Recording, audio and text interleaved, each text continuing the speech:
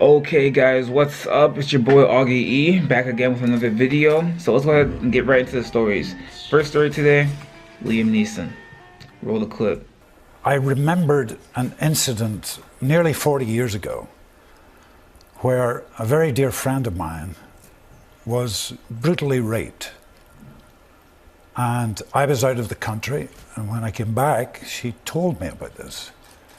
And she handled the situation herself and her rapist incredibly bravely, I have to say that.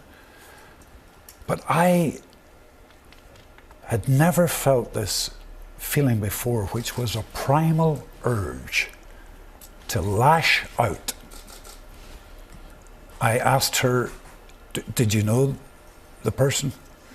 It was a man. No. His race? She said he was a black man. I thought, okay. And after that, there were some nights I went out deliberately into black areas in this city, looking to be set upon so that I could unleash physical violence. Why would Liam Neeson even admit this?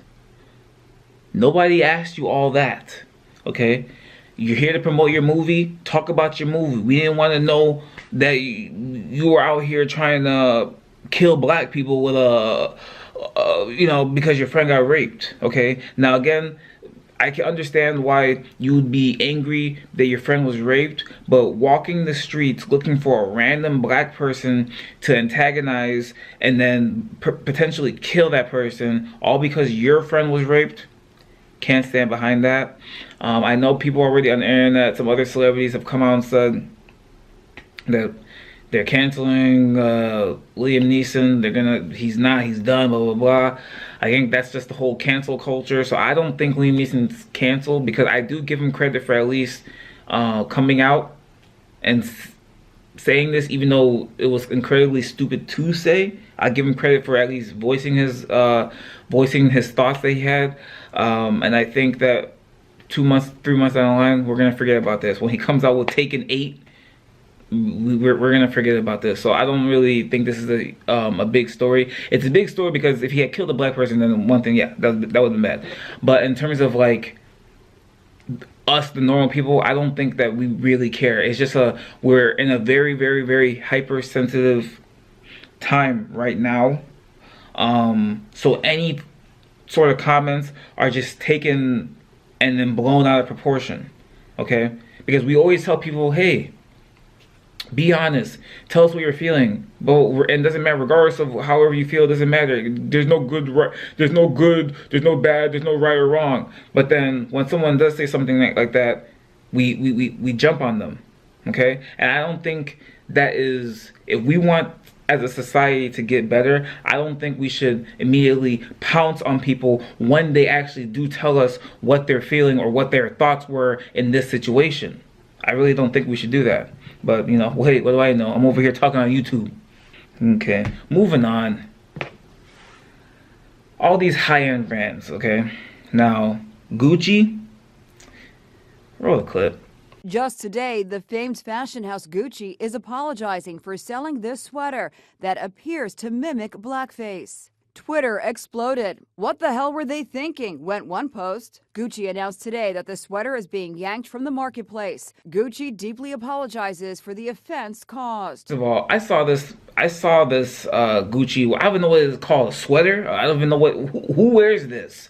Who wears clothing like this? You think you're cool because if I saw you out and about with a stupid ass black thing on, I'm like, yo, how much you spend for that? Like $3,000 for a stupid sweater with a hole in it? But like, come on, man. Like, who is the designer? Who are the creative people over at Gucci? Like, you have to know that this looks bad.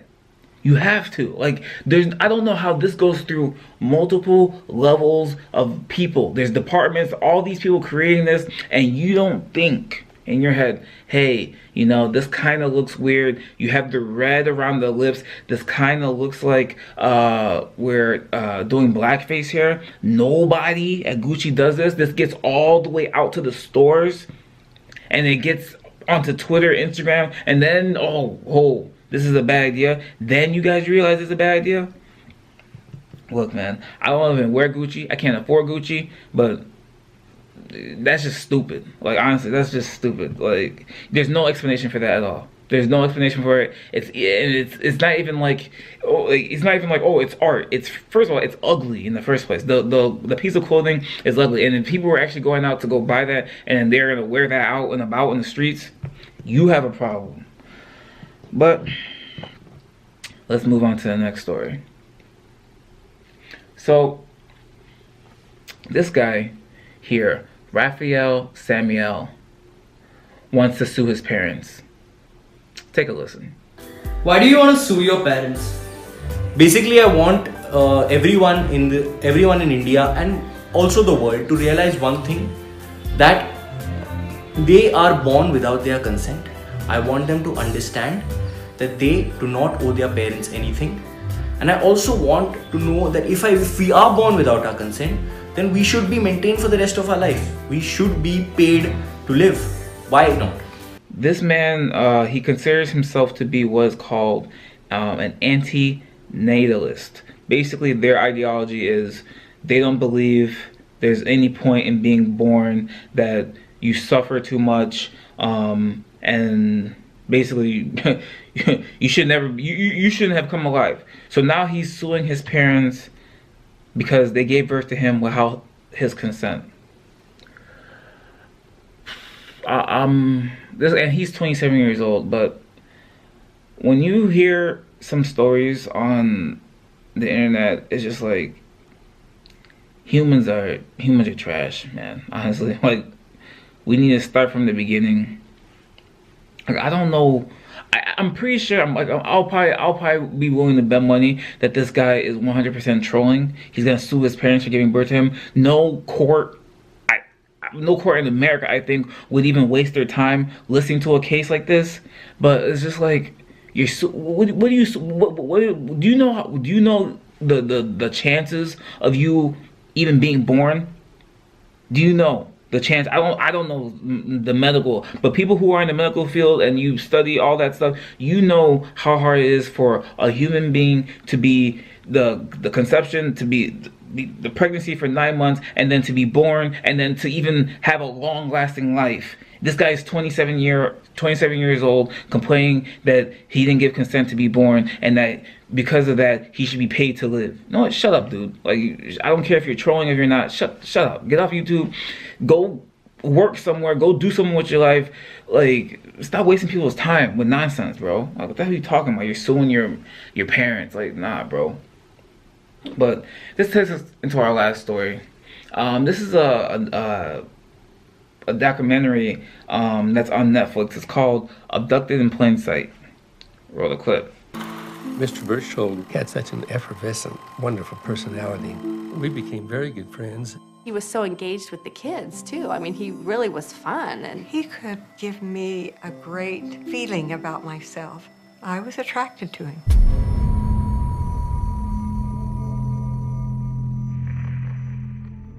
Jan Broberg and Robert Berchtold had an unnatural relationship. I loved him as deeply as I've ever loved anyone. My brother was always a sexual pervert. He always did like his little girls. Berchtold said, I want to take Jan out horseback riding. When she didn't come home, I was a little nervous. It was a nationwide search. Jan went with me voluntarily. They bring in aliens and mind washing. The mission was that I was to have a child that would save the alien planet by the time I turned 16. The Brobergs say the attacks still continue. If you're laying a trap for me, I'll kill you. His number one goal was to seduce Jan Broberg. And if he had to destroy the family, he would do it. There'll never be anybody for me but Jan. Never.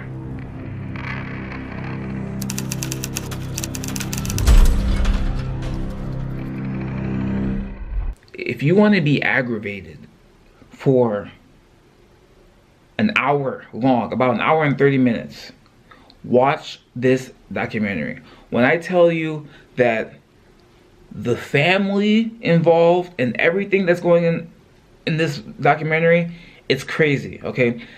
I don't want to ruin it for people in case you haven't seen it. But here's what I'll tell you right now.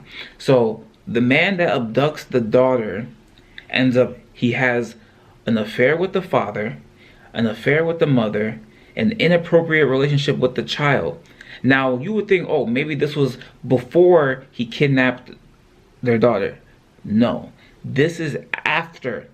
So after their daughter went missing and she came back, which is not a spoiler alert because the daughter is helping to narrate the documentary, so you already know that she was found alive and safe. The parents are still, they're still dealing with the man who kidnapped their daughter. The mom even goes on to have a sexual affair with him after the fact. So, and that's all I'm going to say about the story. Go watch it. It's on Netflix. I'm pretty sure you could probably find it online somewhere for free if you really wanted to. But those are all the stories I have for this week. Like, share, and subscribe. Stupid ass. And I'll see you next week.